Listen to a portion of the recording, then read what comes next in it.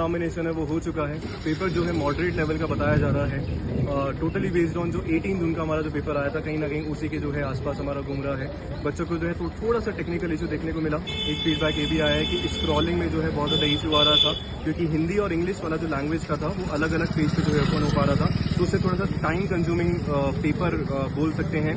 DI की बात करें, रेशियो पे बेस थी बॉयज़ एंड गर्ल्स के, तो इजीली जो है बच्चों से सॉल्व हो पा रही थी। उसमें इतना ज़्यादा कुछ नहीं था। रीडिंग कॉम्प्रिहेंशन आपका विमेन एम्पावरमेंट पे था। रिसर्च में आपके एक्सपेरिमेंटल बेस्ड क्वेश्चन, अप्लाइड जो अपना रिसर्च होता है उस पर क्वेश्चन हमारा था। ICT में आपके पास जो है एक्सेल से क्वेश्चन पूछा गया, चैट GPT से क्वेश्चन पूछा गया। हायर एजुकेशन में बात करें आपके पास, तो एक आपका क्रोनोलॉजिकल ऑर्डर में जो है हमें अरेंज करना था यूनिवर्सिटी से, वहाँ से जो है आपका क्वेश्चन बना।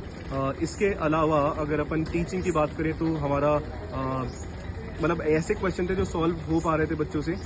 बात करें लॉजिकल रीजनिंग से, इंडियन लॉजिक का क्वेश्चन था आर्ग्यूमेंट पे, और एक आपका आर्ग्यूमेंट पे अपना ब्रिटिश लॉजिक वाला, और आपका जो है व्याप्ति पे क्वेश्चन बना था। तो पेपर जो है ओवरऑल आसपास ही घूम रहा है जो हमने ऑलरेडी पेपर दिए हैं। ये PYQs की और अगर मॉक टेस्ट की अगर आप अच्छे से प्रैक्टिस करेंगे तो डेफिनेटली जो है पेपर 1 में तो आप डेफिनेटली जो है जीत ही जाएंगे। तो आगे आने वाले जो एस्पिरेंट्स है जिनका एग्जाम अभी 4 सितंबर तक होने वाले, उनको ध्यान में रखना है कि PYQs ज़्यादा से ज़्यादा करें, मॉक टेस्ट ज़्यादा लगाएं, क्योंकि ज़्यादा पड्डा आप सभी के लिए हर मंडे और थर्सडे को लेके आता है फ्री मॉक टेस्ट पेपर 1 का। तो बनी रहिए ज़्यादा पड्डा के साथ। धन्यवाद। मतलब हमारा जो सेकंड पेपर था वो था परफॉर्मिंग आर्ट्स, ठीक है। तो वो ऑलमोस्ट हमारा डन है। और लेकिन जो फर्स्ट पेपर है उसमें थोड़ा सा प्रॉब्लम आता है, क्योंकि उसमें करंट GK भी आता है। फिर वो जो एनवायरनमेंट वाला जो पेपर है, मतलब जो टॉपिक है, वो भी थोड़ा सा टफ रहता है अपने आप में। और इसके अलावा भी मतलब बहुत सारे चेंजेस उसमें देखने को मिलते हैं।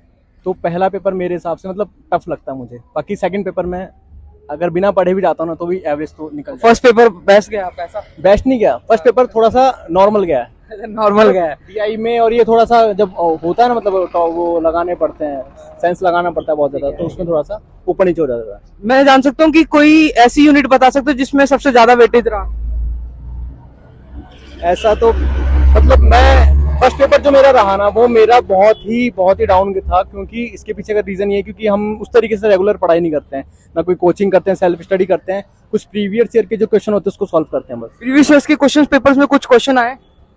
हाँ, मतलब टॉपिक तो सेम रहता है, क्वेश्चन बदल जाते हैं, टॉपिक सेम रहता है। ठीक है।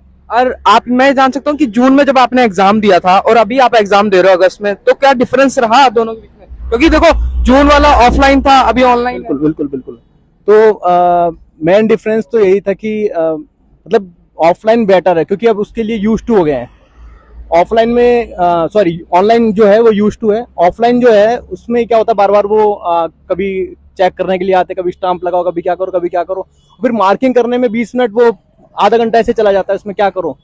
और इसमें अगर आपको कुछ लग भी रहा है ना ऑनलाइन के अंदर कि यार ये नहीं, ये हो सकता है, तो उसको आप बाद में चेंज कर सकते। हाँ, लेकिन ऑनलाइन अब ठीक है, यूज टू है ऑनलाइन, ऑफलाइन नहीं है समझ में। मतलब आप ये कहना चाहोगे ऑफलाइन से ज्यादा बेटर ऑनलाइन है? हाँ, राइट। यस। ठीक है। और एग्जाम में मतलब कि आप उस टाइम पे एग्जाम हो रहा था जो 3 घंटे आपको टाइम मिल रहा था? मतलब वो बार बार कभी मदर का नेम लिखो, कभी फादर का नेम लिखो, कभी यहाँ थंब लगाओ, ये फोटो लगाओ। तो कम से कम 7-8 बार जब वो आए तो वो थोड़ा सा ऐसे, जैसे मैं पैसेज पढ़ रहा हूँ, अब पैसेज पढ़ने में कंसिस्टेंसी चाहिए।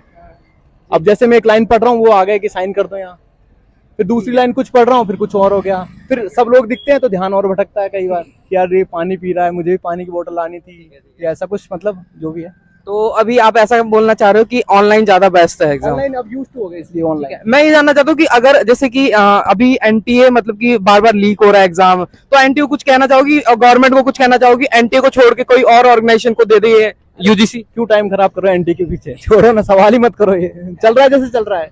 मतलब आपका कहने का मतलब है जैसे चल रहा है वैसे चलने दो। हाँ ठीक है, क्या कर क्या सकते हो। नहीं, ऐसा आप गवर्नमेंट को अगर ऐसा बोलना चाहो कि UGC को किसी और को दे दे NTA को छोड़ के? ऐसी कोई है रिलायबल संस्था है ऐसी, कुछ बताओ अगर आपके पास हो तो। नहीं, आप अगर बोलना चाहते हो तो इस पे विचार विमर्श हो सकता नहीं, पहले 2018 से पहले CBSE कंडक्ट करती थी पेपर, तब आई थिंक वो ठीक था, एक लेवल ठीक था। लेकिन जो अंदर जो चल रहा है, ये घोटाला घपला और ये जो स्क्रीन शेयर, बहुत सारे चीजें हैं, तो वो थोड़ा सा डिमोटिवेट भी करता है, पढ़ने वाले लोगों को भी डिमोटिवेट करता है कि हम 6 महीना 1 साल कमरा बंद करके पढ़ाई कर रहे हैं, उसके बाद ऐसा हो रहा है। बिल्कुल, तो वो डिमोटिवेट भी करता है। फिर घर वालों को क्या जवाब दें, जो साथ में पढ़ रहे हैं उनको क्या बोले, तो बहुत सारी जिम्मेदारियां होती बहुत हैं। सारी चीजें हैं। तो जिम्मेदारी के साथ काम करे तो अच्छा है। इतना ही है। चलो चलो ठीक है। और कोई एग्जाम के बारे में कुछ बताना चाहोगे, अंदर क्या आपके साथ कुछ ऐसी कोई घटना थोड़ी ना हुई है कुछ? नहीं नहीं, ऐसी कोई घटना नहीं हुआ। सब नॉर्मल हुआ एग्जाम? नॉर्मल, सब नॉर्मल। ठीक है सब अच्छा था, सब अच्छा था, बहुत अच्छा था, ठीक है सब ठीक अच्छा है। था। Okay sir, thank you.